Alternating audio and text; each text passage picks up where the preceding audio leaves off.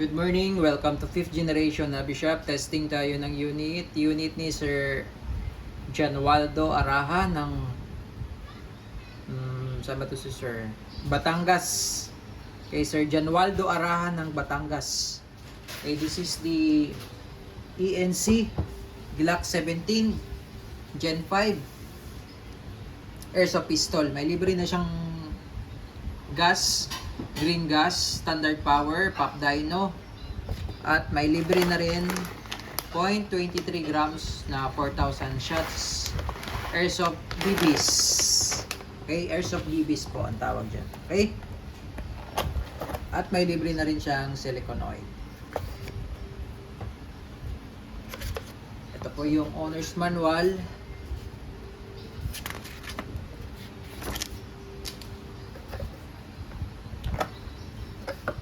Po yung unit, ayan, Glock 17 Gen 5.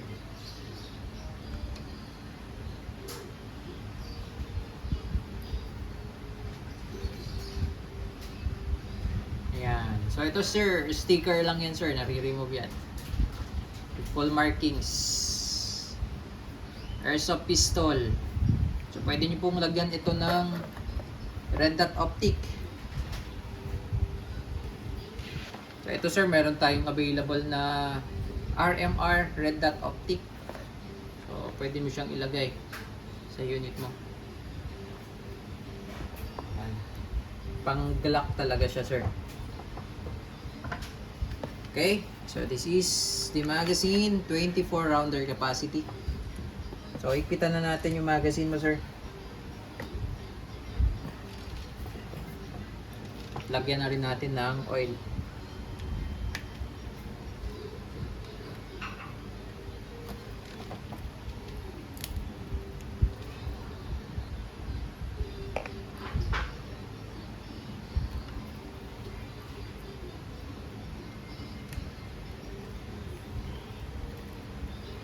So ito pong gamit kong valve tool sir, hindi pa po ito kasama sir.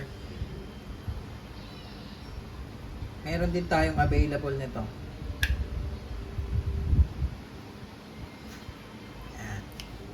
Ayan yung outlet, tapos ito naman yung inlet, higpitan na rin natin.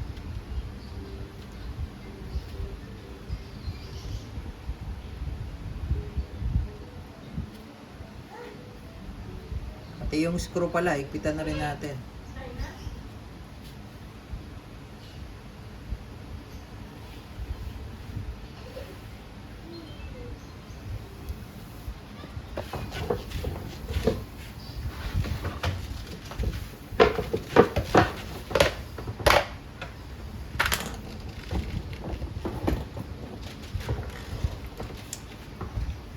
Ayan, ito naman yung screw.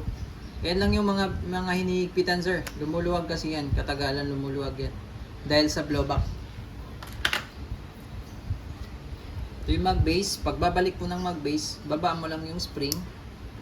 Insert. Yan.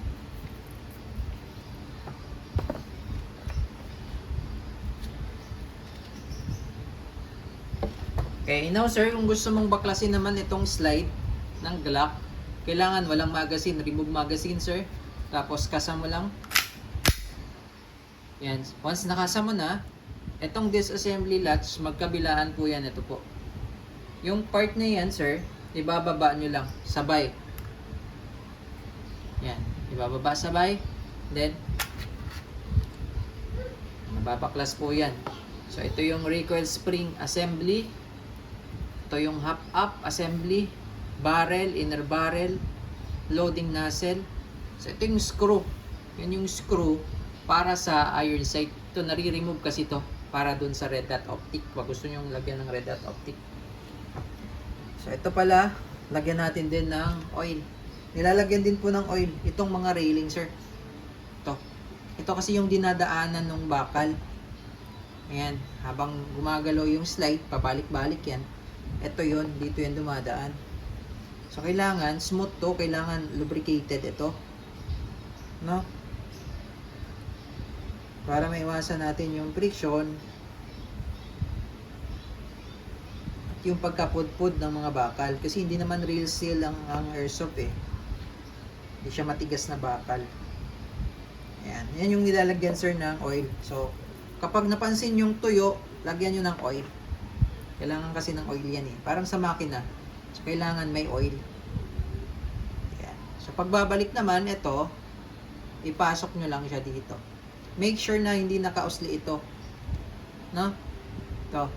Kasi pwedeng sumabit yan dito. Sa lock. Sa slide lock. Okay? So, yan. Pasok lang. Dire-diretso lang. Pero pag ipapasok nyo sir, huwag nyo gagalawin yung trigger sir ha. Kasi nakakasa po yan eh. Yan. Yung hammer, nakakasa yan. Pasok lang, dire-diretso. Yan. Ganun lang. Ganun lang yung pagbabaklas. Gusto nyo linisan yung loob, ganun lang sir. Baklasin nyo lang muna yung slide. Yun, smooth na siya ngayon. Okay, so ang ENC is made in China po, no? ENC. Okay?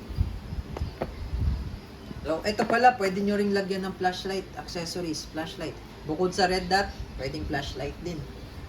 Meron din tayong available na flashlight. Lagyan lang natin sir ng gas at bala. So, sa paglalagay po, inverted position, upside down, 3 to 5 seconds po. Okay? So, ito po, lagyan lang natin ng 3 siguro. Ayan. Ito po, itutok nyo lang siya dito, then diinan nyo. Okay, 3 to 5. 1, 1001, 1002, 1003. Ayan, 3 seconds lang yan, sir. Now, pag malamig po ang magazine, humihina ang blowback. Normally, humihina ang blowback. So, that's normal naman, sir. So, ang gagawin lang, ipapahinga lang hanggang sa mag-normal temperature. Kasi pag continuous, tapos malamig yung magazine, mafe-feel nyo yung blowback mahina. Yung blowback po,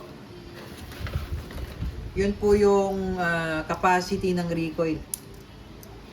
Blowback, gas blowback kasi ang tawag niyan. So, pag malamig ang magazine, humihina yung blowback ng recoil.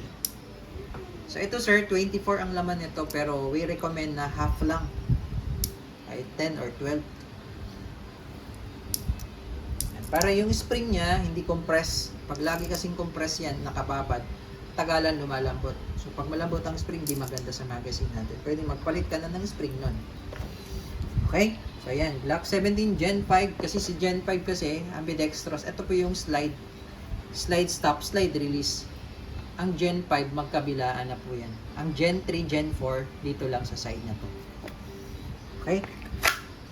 At si Glock dapat, medyo lakasan nyo lang yung pag-insert ng magazine. Kasi, pag medyo mahina po yan, pwedeng hindi mag-insert. Once papupuntok kayo, pwedeng malaglag.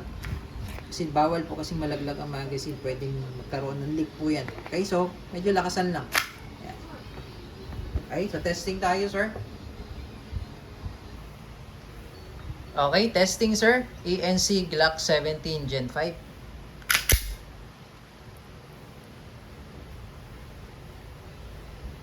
Firing.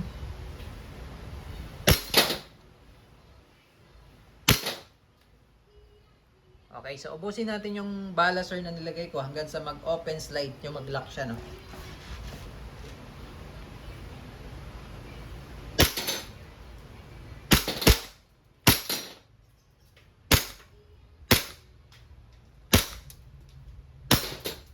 Ayan.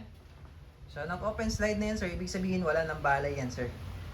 Okay? Ngayon, release nyo lang muna yung magazine. Press nyo lang yung mag-release. Wala nang bala. Pero may gas yan. Indicator na may gas. Pag diniinan nyo tong outlet valve, pag matigas, may gas pa yan. May pressure pa yan. Okay. So, para ibalik naman tong slide na to sa original position niya, itulak nyo lang. Then, release. Okay? Then, hammer down, syempre, for safety. All goods na po, sir. Glock 17 Gen 5 by ENC Airsoft Pistol. Thank you, sir.